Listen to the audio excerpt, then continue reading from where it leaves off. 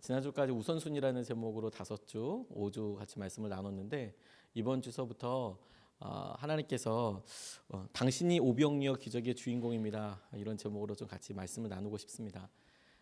오병이어 기적 아시죠? 보리떡 5개, 물고기 2마리로 많은 사람들이 먹고 하나님께서 하시는 은혜를 이렇게 다 발견하게 되었던 그때 이렇게 풍성풍성 나누는 일들이 우리 가운데 있으면 얼마나 좋을까요?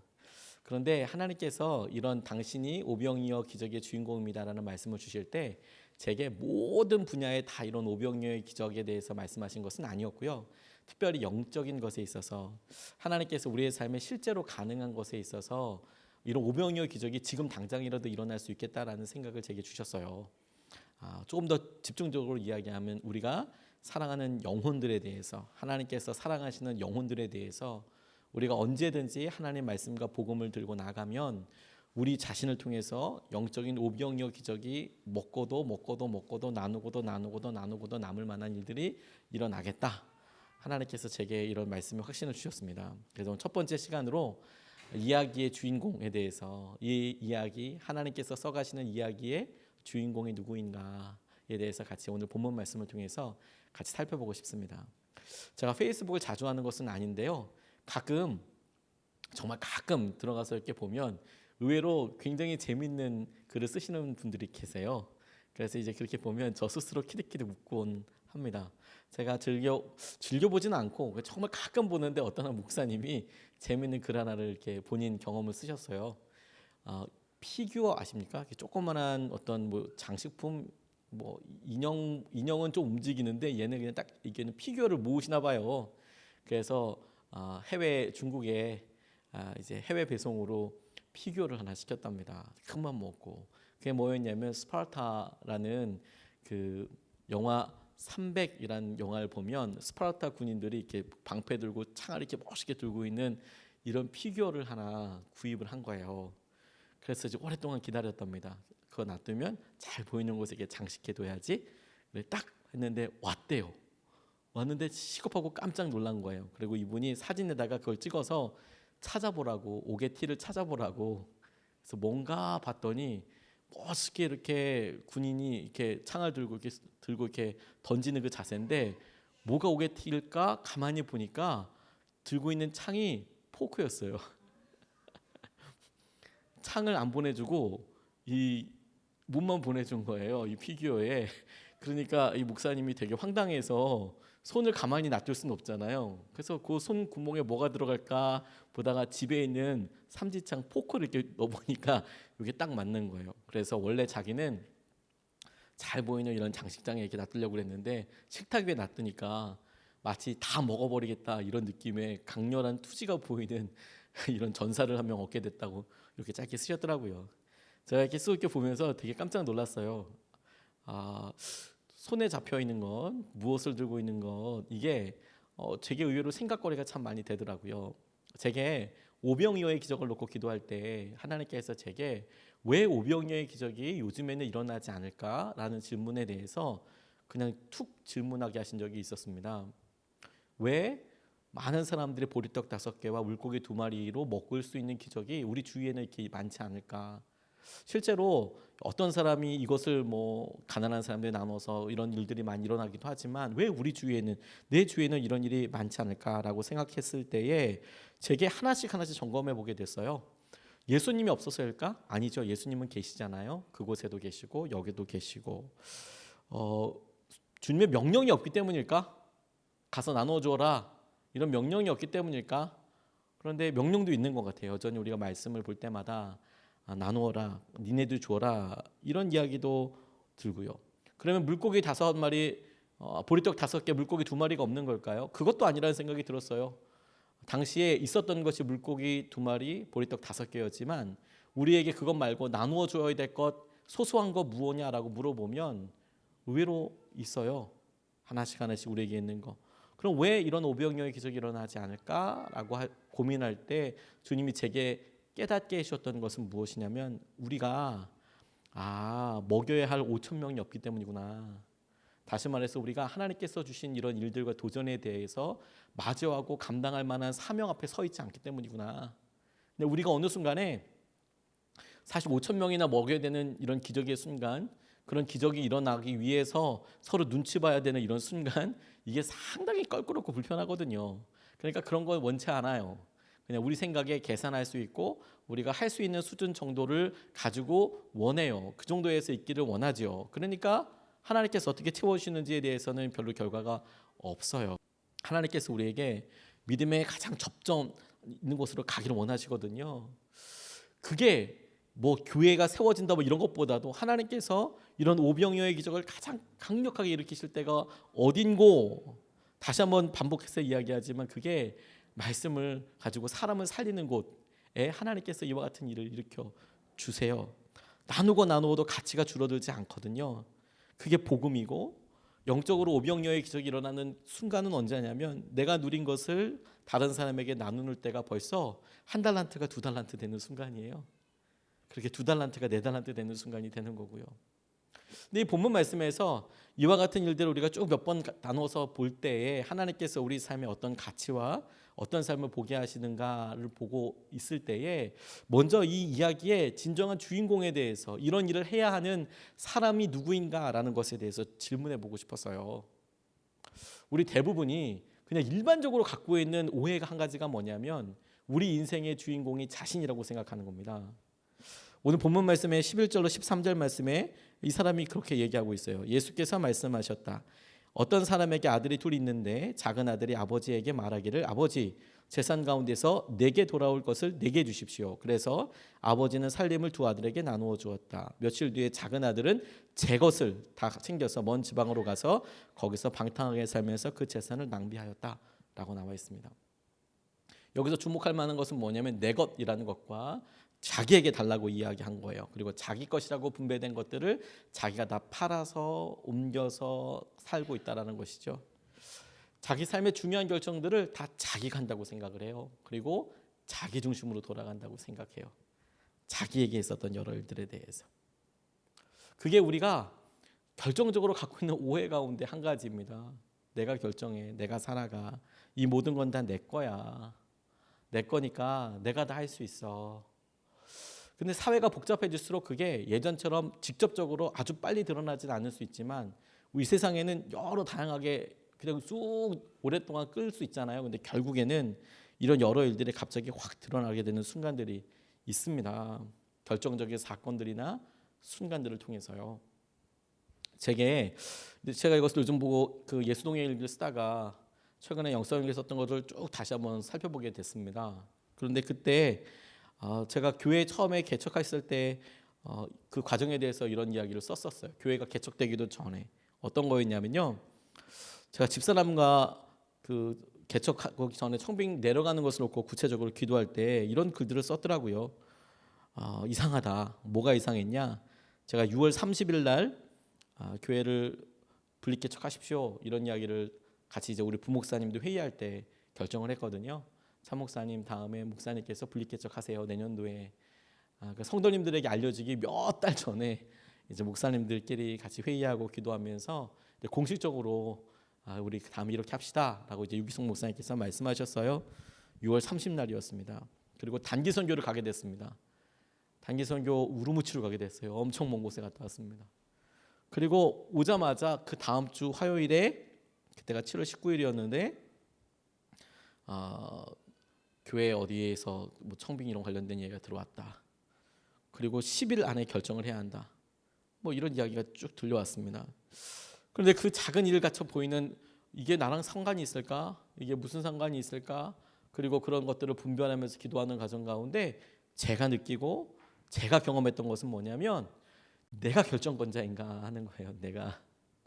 하나님께서 이와 같은 일들을 이루고 계시고 어떤 계획을 갖고 계시는데 내가 주인공인가? 내가 이 일을 해야 한다고 생각하는 건가?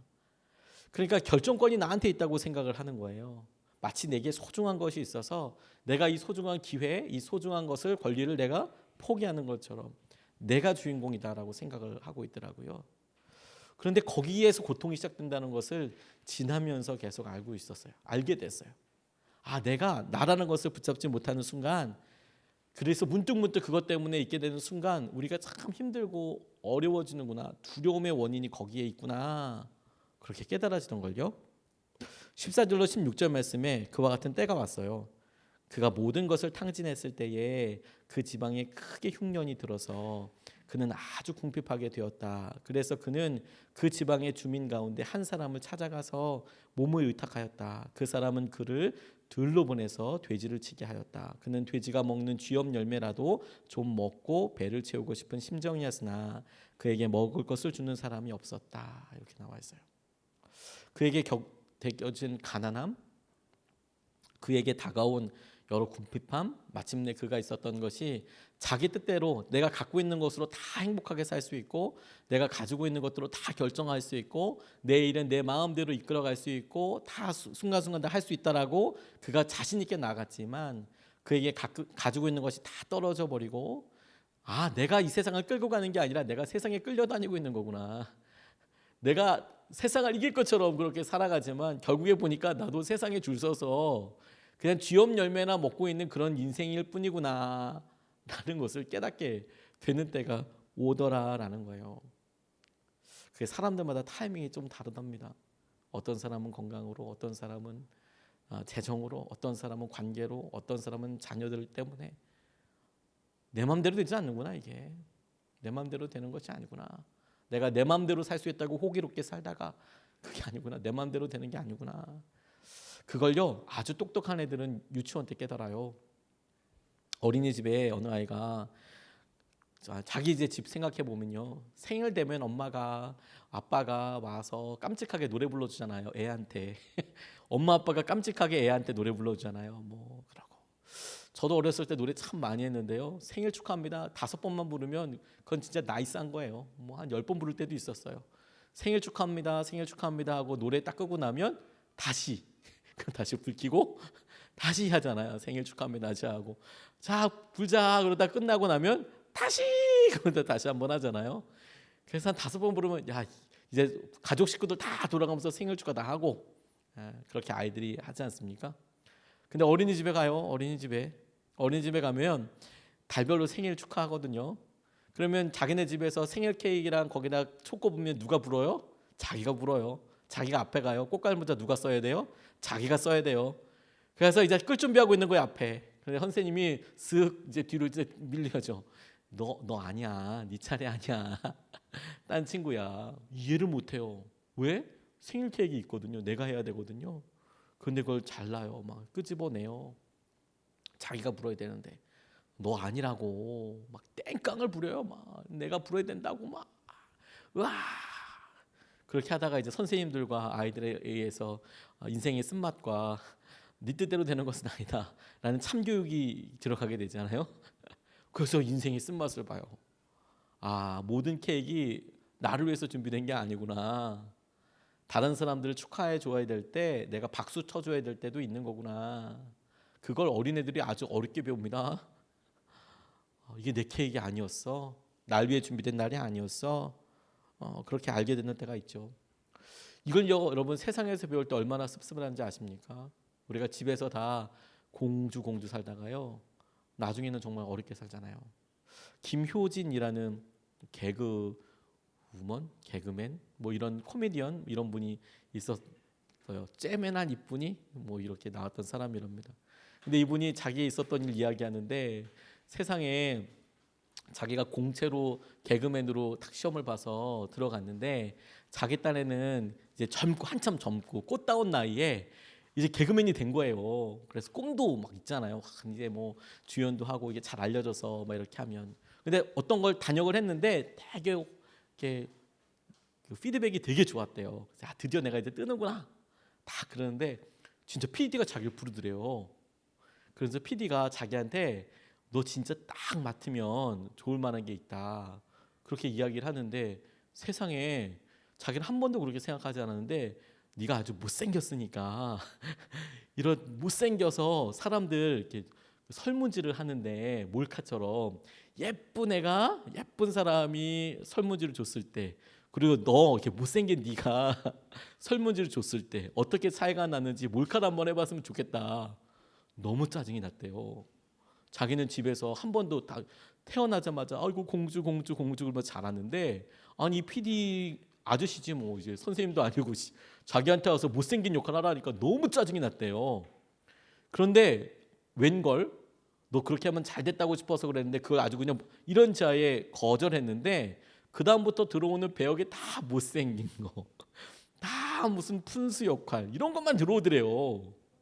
뭐 공주 주인공이 아니라 진짜 좌절 많이 했다고 그것 때문에 마음이 너무 어려웠다고. 물론 그걸 해서 나중에 마음을 고쳐잡아서 성공을 하긴 했지만 자기가 진짜 어려웠다고 그런 얘기를 하더라고요. 세상에 어느 언저리에서 이렇게 서서요 내가 주인공 아니구나 그걸 하나님 없이 깨닫게 될 때가 얼마나 비참한지 아십니까? IMF 외환 위기 때문에 구조조정이 많이 있었을 무렵에요. 삼성 계열사에서 강연을 하는데 어떤 담당 부장과 이런저런 이야기를 나누게 됐대요. 어느 강사분이 그러니까 IMF 끝나고 얼마나 뒤숭숭합니까? 삼성도 뒤숭숭했거든요. 그랬더니 이 부장이 그런 이야기 불쑥 이런 말을 하더래요. 요즘 빨대 물고 살아요. 빨대 빨고 살아요. 내 빨대라뇨? 이렇게 물어보니까 강사님 눈에는 안 보이세요? 저 지금 빨대 물고 있잖아요. 빨대를 진짜 물고 있는 게 아닌데. 그래서 들려준 말이 뭐냐면 대리 때는 물이 무릎까지 차 있고 그래서 활발히 움직이고 다녔대요. 좀 힘들어도. 과장이 되니까 물이 허리까지 차더래요. 그래서 느릿느릿 가게 됐고 부장이 되니까 물이 가슴까지 올라와서 걷기조차 힘들어지더래요. 이게 무슨 에스겔에 나오는 환상도 아니고 그렇게 가다가 부장 말년쯤 되니까 물이 목까지 차올라서 압박감이 물을 떠나 임원으로 올라가지 않으면 승천이라는 표현을 썼는데 그런 물 속에서 가라앉아서 완전히 뭐 이제 마지막 유명을 달리해야 되는 거죠. 떨고 난다는 얘기겠죠 직장에서. 근데 부장 말년이 됐는데 여기서 내가 승진을 해서 딱 올라가든지 임원으로 올라가든지 상무이사로 올라가든지 아니면 여기서 진보따리 딱 싸든지 그러니까 이게 하루아침 막 계속 있으면 간당 이런 거예요. 그래서 승천하는 게 말처럼 쉬울 리가 없으니까 임원 되기는 틀렸으니 회사를 나가야 하는데 막상 나가면 어떻게 살아야 될지 모르겠어요. 그래서 이젠 입까지 물이 올라도 이렇게 빨대라도 꼽고 하늘에다가 숨을 쉰다는 거예요. 붙어 있는다는 거. 근데 그 이야기를 막 눈물까지 글썽이면서 막 그 부장이 이야기하니까 남자들 옆에서 어떤 사람이 그 얘기를 가만히 듣더니 넌 그래도 배부른 소리 한다. 이분 좀 끔찍하게 들리는 말 표현을 이렇게 하셨더라고요. 너는 그래도 빨대라도 묻었지. 나는 한번 목이 잘렸다가 간신히 본드로 붙였잖아. 선풍기 바람이 그대로 목으로 들어온다니까. 이게 뭐냐면 한번 회사에서 잘렸다가 다시 간신히 이제 명태 구조조정에서 불려나서 그러니까 다음 순위는 무조건 나다. 이런 믿음으로 확 살게 됐더라고. 남자들이 하는 여러 이야기들 이렇게 얘기하지만 우리의 고통과 고난이 우리가 세상에서 여실하게 보여주거든요. 우리 삶에 우리가 주인 아니야. 그냥 나 혼자서만 내가 알고 있는 것에서 마치 아이들이 자기가 갖고 있는 많은 종이 인형 가지고 내가 종이 인형 갖고 있는 나 혼자만 노는 이때는 내가 최고인 것 같고 그러다가 친구 한 명만 와도 그렇지 않고 입장이 바뀌어야 되고 상황이 바뀌어야 된다는 것을 알게 되면서 힘든 것과 똑같이 세상에 나가면 온통 그런 것들이 우리에게 어려움이 돼요. 아픔이 돼요.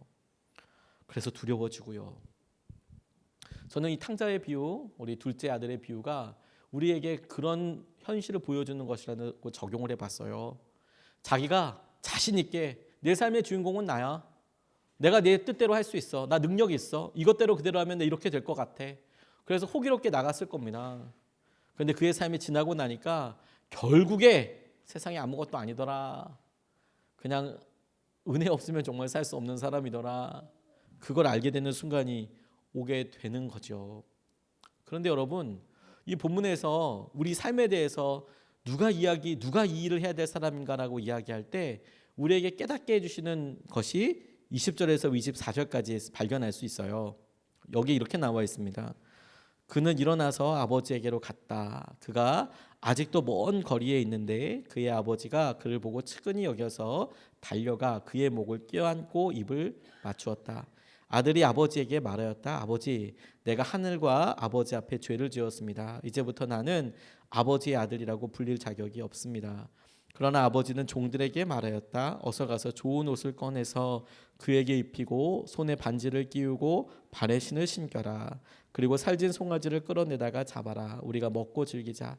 나의 이 아들은 죽었다가 살아났고 내가 잃었다가 되찾았다. 그래서 그들은 잔치를 벌였다라고 나와 있습니다. 이 말씀에서 참 마음에 와 닿고 되게 제 마음속에 깊은 울림이 됐던 것은 뭐냐면 이 둘째 아들의 어떤 성품이나 이런 것이 변하지 않았다라는 겁니다. 순전히 아버지가 그를 찾아서 그에게 옷을 입히고 가락지를 끼우고 그에게 다시 권리와 자격을 주고 순전히 아버지께서 그와 같은 일을 하고 있는 것이죠. 제게는 이것이 이렇게 적용이 되고 붙잡혀졌어요. 아, 삶의 주인공일 수 있겠구나 우리가. 그런데 우리가 삶의 주인공일 때는 우리를 주인공 되게 하시는 아버지와 함께 하실 때밖에 아니겠구나. 우리 삶에 정말 주인공처럼 가치 있고 하나님께서 우리의 삶을 보시고 이끌으실 때에 네 삶이 정말 주목할 만해. 네 삶이 정말 중요해. 지나져 버리고 그냥 사라져 버리지 않고 네 삶이 모든 사람들에게 정말 소중하고 영원히 기억될 거야 라고 생각되는 순간은 우리의 삶이 주님과 하나님 아버지와 함께하고 있는 그 순간 하나님께서 우리에게 의미를 입히시고 우리에게 가치 있는 것을 허락하시고 하나님께서 우리에게 새로운 아들, 자녀의 삶을 허락하여 주셔서 우리가 하나님과 우리가 아버지와 함께하는 그 이야기가 우리가 이 세상을 이끌어갈 때 가장 중요한 이야기가 되겠구나. 이 세상은 하나님께서 하나님의 뜻대로 이끌어 가시는 방향 그게 남게 될 거거든요. 아무리 유명한 사람, 아무리 유명한 거라도 다 사라져 버리게 될 거예요.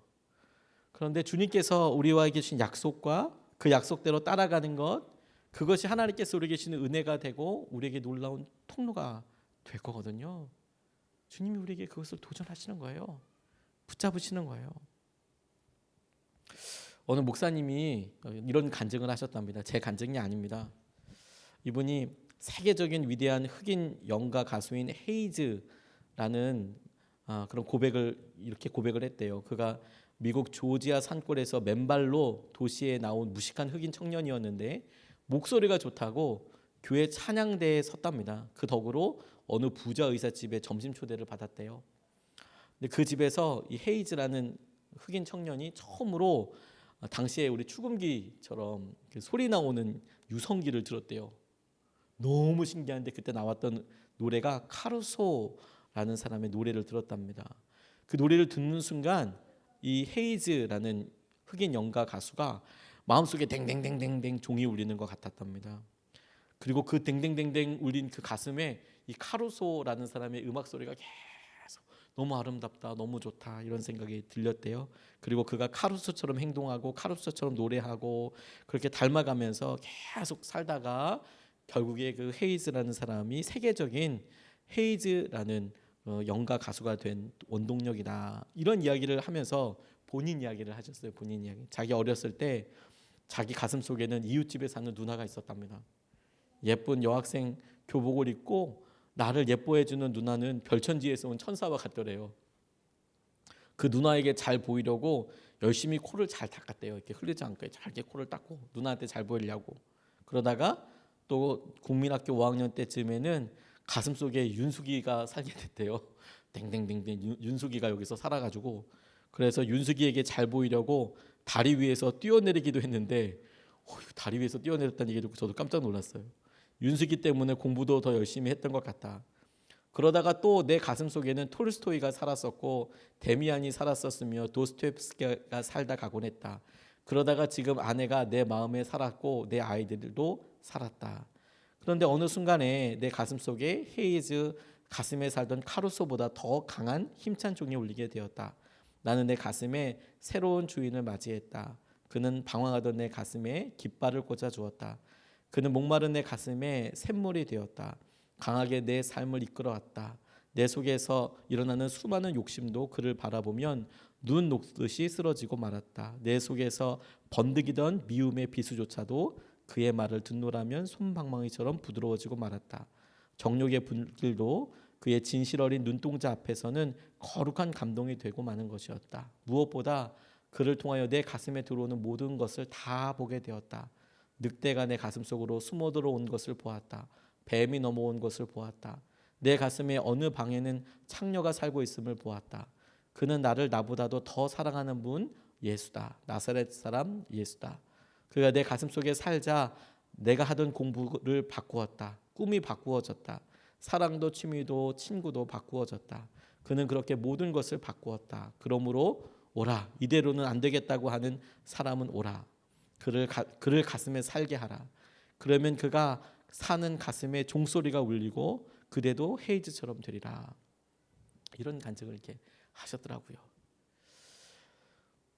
주님께서 우리에게 함께 하신다라고 하시는 약속이 마태복음 28장 19절로 20절 말씀에 나와 있는데, 볼지어다 내가 세상 끝날까지 너희와 항상 함께 하겠다라는 약속이 20절 말씀에 나와 있어요. 너 확인하게 될 거야. 보게 될 거야. 세상 끝날까지 내가 너희와 함께 하는 것을 너희들이 보게 될 거야. 그럼 언제 함께? 그 앞에 19절이 있어요. 너희가 가서 여러 모든 족속에게 가서 세례를 베풀고 가르쳐서 지키게 하면, 그러면 너 보게 될 거야. 내가 세상 끝날까지 너희와 항상 함께하는 것을 네가 보게 될 거야. 19절 20절이 그렇게 연결되어 있거든요. 우리가 우리 삶에 주님께서 이것을 위해서 우리를 부르셨나? 라고 생각될 만한 일들이 있죠. 그 일이 때문에 때로 우리가 상처도 되고 우울하기도 하고 힘들기도 해요. 그 일은 여러분, 우리가 우리 삶을 정말로 가치 있게 하는 일, 우리 삶의 심장을 뛰게 할 일들 앞에 우리가 서지 못했기 때문이라고 생각이 들었어요. 우리가 5천 명을 먹여야 된다는 사명 가운데 있지 않기 때문이라는 생각을 하게 됐어요. 주님은 우리의 이야기를 우리가 돈 버는 곳에서, 우리는 주님과 함께하는 이야기를 우리의 돈 버는 곳에서 혹은 우리의 아픈 곳에서 쓰고 싶어 하잖아요. 근데 하나님은 그분과 우리와 함께하는 이야기를 우리가 사람들 앞에 나가서 그 사람들과 함께하고 그 사람들과 영혼으로 그 사람들에게 하나님이 주신 복음을, 약속을 나누는 곳에서 하나님이 어떤 분이신지를 드러내기를 원하세요. 그게 우리에게 주시는 하나님의 도전이라는 생각을 하게 됐어요. 우리는 하나님 앞에 있을 때에만, 하나님께서 주신 은혜 가운데에만 있을 때에만 우리에게 가치가 있고 의미 있는 삶을 살게 될 거거든요. 그게 주님께서 우리에게 이끄시고 붙잡아 주시는 것 아니겠습니까? 우리가 아이들 보고 그 아이들 사랑하는 것 때문에 은혜를 누리고, 그리고 하나님께서 이끄시는 것들을 아무리 우리 힘으로 다가가려고 하더라도 하나님이 빠지고 나면 아무것도 결국에 남지 않게 될 거예요. 아무것도. 하나님 앞에 있을 때에만 하나님과 함께 우리가 주인공이 돼요. 그리고 그 하나님은 오늘 본문에서도 명확하게 무엇을 원하시는지 이야기하신다니까요. 이 예화의, 이 비유에 나오는 아버지의 행동을 통해서 우리 하나님 아버지가 우리에게 무엇을 원하시는지 정확하게 나와 있어요. 20절 말씀에 그는 일어나서 아버지에게로 갔다. 그가 아직도 먼 거리에 있는데 그의 아버지가 그를 보고 측은히 여겨서 달려가 그의 목을 껴안고 입을 맞추었다. 아직 거리가 멀리 있는데, 그래서 누군지도 잘 모를 만큼 멀리 있는데 아버지가 그를 측은히 여겨서 달려가서 그를 껴안고 그에게 입을 맞추었다. 이 아버지가 멀리 있는데도 아들을 발견할 수 있는 이유는 딱 한 가지밖에 없어요. 날마다 아들을 기다리고 있었기 때문에. 그런데 날마다 기다렸던 그 아버지가 무엇을 원하는지는 너무 분명하지 않습니까? 왜 아들이 오던 오지 않던, 심지어 아들이 저 멀리 있어도 그 아들 멀리 있을 때 알아볼 수 있을 만큼 날마다 기다렸을 그 아버지가 무엇을 원하고 있는 거예요? 명확하게 아들이 돌아올 것을 기다리고 있는 것이죠. 그게 아버지의 모든 소원 중에서 첫 번째 소원이었던 거예요. 그러니까 탕자가 저기 가서 화려한 뭘 하고 거기서 한때 어떤 기업을 이룩했다가 어디 갔다가 쫄딱 망해서 사기를 당했는데 그 사기는 어떤 의미가 있고 이런 게 하나도 남지 않고요. 그가 마침내 다 잃고 아버지에게 왔을 때 그의 진짜 이야기는 아버지가 달려가서 그를 껴안고 그에게 입 맞추고 그에게 다시 가락지를 끼우고 그에게 다시 아들로서 그를 대해 주었을 때부터 진짜 이야기가 계속 이어지게 되는 거거든요. 저와 여러분들이 그랬던 것처럼요. 주님께서 그 그 이야기의 주인공으로서 우리를 초청하시고 그리고 주님께서 그 이야기의 주인공으로서 우리를 쓰기 원하신다라는 생각을 하게 됐어요. 주님께서 그 이야기의 주인공을 쓰시고 우리를 붙잡아 주시기를 원하신다. 저는 목회자 자녀로 오랫동안 방황했었거든요. 방황하고 힘들고 세상에서 주님 만나는 게 제일 힘든 것처럼 살았습니다. 오랫동안 그렇게 살았습니다. 그런데 주님 만나고 나니까 의외로 세상에서 제일 쉬운 것들 중에 하나였더라고요. 마음을 조금만 열었어도 하나님께서 제게 이미 여러 번 말씀하셨고 그렇게 굳이 돌아갈 필요가 없었는데 왜 그랬을까 그런 생각이 참 많이 들어요. 그렇게 열심히 하나님께서 하셨던 것들을 그렇게 가까이서 보았는데 왜 그걸 다 붙잡지 못했을까? 그걸 왜 내 은혜로 생각하지 못했을까? 지금이라도 그걸 은혜롭고 붙잡고 있지만 그때 알았으면 얼마나 놀라운 하나님께서 하시는 것들을 볼 수 있었을까? 아버지께서 힘들고 어렵게 이렇게 목회할 때 참 제 가운데 하나님께서 도전하신 것들이 많았거든요. 어렵게 아르바이트 하면서 돈 모아놓으면 아버지께서 이렇게 오셔가지고 뭐 할 거 있다고 말씀하시는 거예요. 기가 막히게 제가 얼마 모았는지 다 아세요. 어떻게 다 아시나 모르겠어요. 그래서 좀 어디 좀 가보려고 그렇게 열심히 알바해서 모아놓으면 기룡아 이번에 뭐 이렇게 있는데 그런 일 있지 않겠냐? 참 하나님께서 보고 주시지 않겠냐? 이런 식으로 이게 축복의 말씀인지 위협인지는 잘 모르겠지만 근데 진짜로 마음속에 그래 하나님께서 복 주시겠지. 그래 이것보다는 복 주시겠지. 그렇게 해서 정말 여러 번 다 드렸거든요. 그런데 제가 왜 그 축복의 쪽박을 깨먹었냐 이게 지금 보니까 이 말이 그렇게 하나님께 진심으로 드렸으면서 그걸 심은 대로 기다리고 잘 그랬으면 너무 좋았을 텐데 이 방정막은 말이 뭐 내가 속았네 어쩌네 막 다 이래서 그걸 은혜로 잘 갖고 있는 게 아니라 다 깨쳐먹어서 그냥 다 죄악 가운데 살아서 그걸 은혜라고 얘기하기도 그렇고 아니라고 얘기하기도 상당히 거시기한 그런 삶을 살았더라고요. 너무 아쉬워요. 억지로라도 내가 거기에 붙잡혀 있었으면 하나님께서 쓰시는 그 이야기에 어떻게든 내 속에 있었으면 그게 내게 정말 너무도 분명한 은혜이고 통로가 됐을 텐데 그걸 막 내 삶의 연약함들과 사단이 좋아할 만한 일들로 막 섞어서 뭐가 하나님께서 하시는 일인지 잘 모를 만큼 그렇게 후회스러운 삶을 살았던 것이 너무 안타깝더라고요. 주님께서 우리에게 새로운 이야기를 쓰시는 게 아니라 이제껏 쓰여져 있던 이야기들에 계속 진짜 이야기를 써 가시거든요. 그래서 우리의 마음을 주님께서 기다리시는 우리 자신에 대해서 그리고 주님께서 기다리시는 우리 주위에 있는 사람을 향하여서 같이 열 수 있으면 좋겠습니다. 그러면 여러분 주님께서 쓰시는 하나님께서 쓰고 계시는 이 이야기에 하나님이 주인공이시잖아요. 그 하나님이 우리를 놀라운 주인공으로 쓰세요. 그리고 그 하나님께서 쓰시는 그 놀라운 기록에 우리뿐만 아니라 우리의 사랑하는 사람이 같이 올라가게 될 거예요.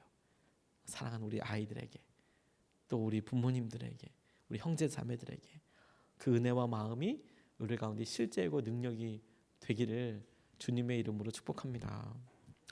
우리가 11월 24일 날 같이 이제 속회 관계 전도를 합니다. 그래서 이번 주부터 사실 5주 동안 이렇게 말씀을 나누는데요. 저의 마음속에 참 많은 부담이 있어요.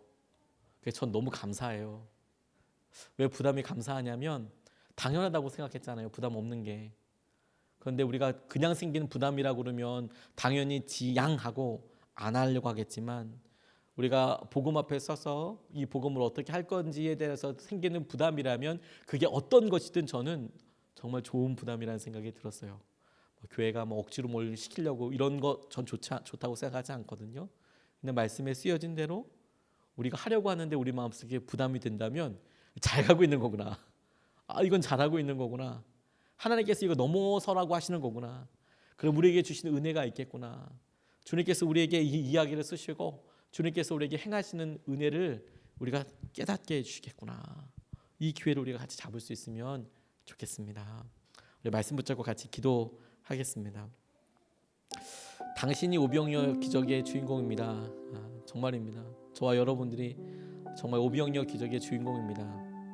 하나님께 사람들 다 온 인류를 다 먹이고도 남을 만큼의 은혜의 보리떡이, 은혜의 물고기가 이미 준비되어 있습니다. 보혈이 이미 준비되어 있습니다.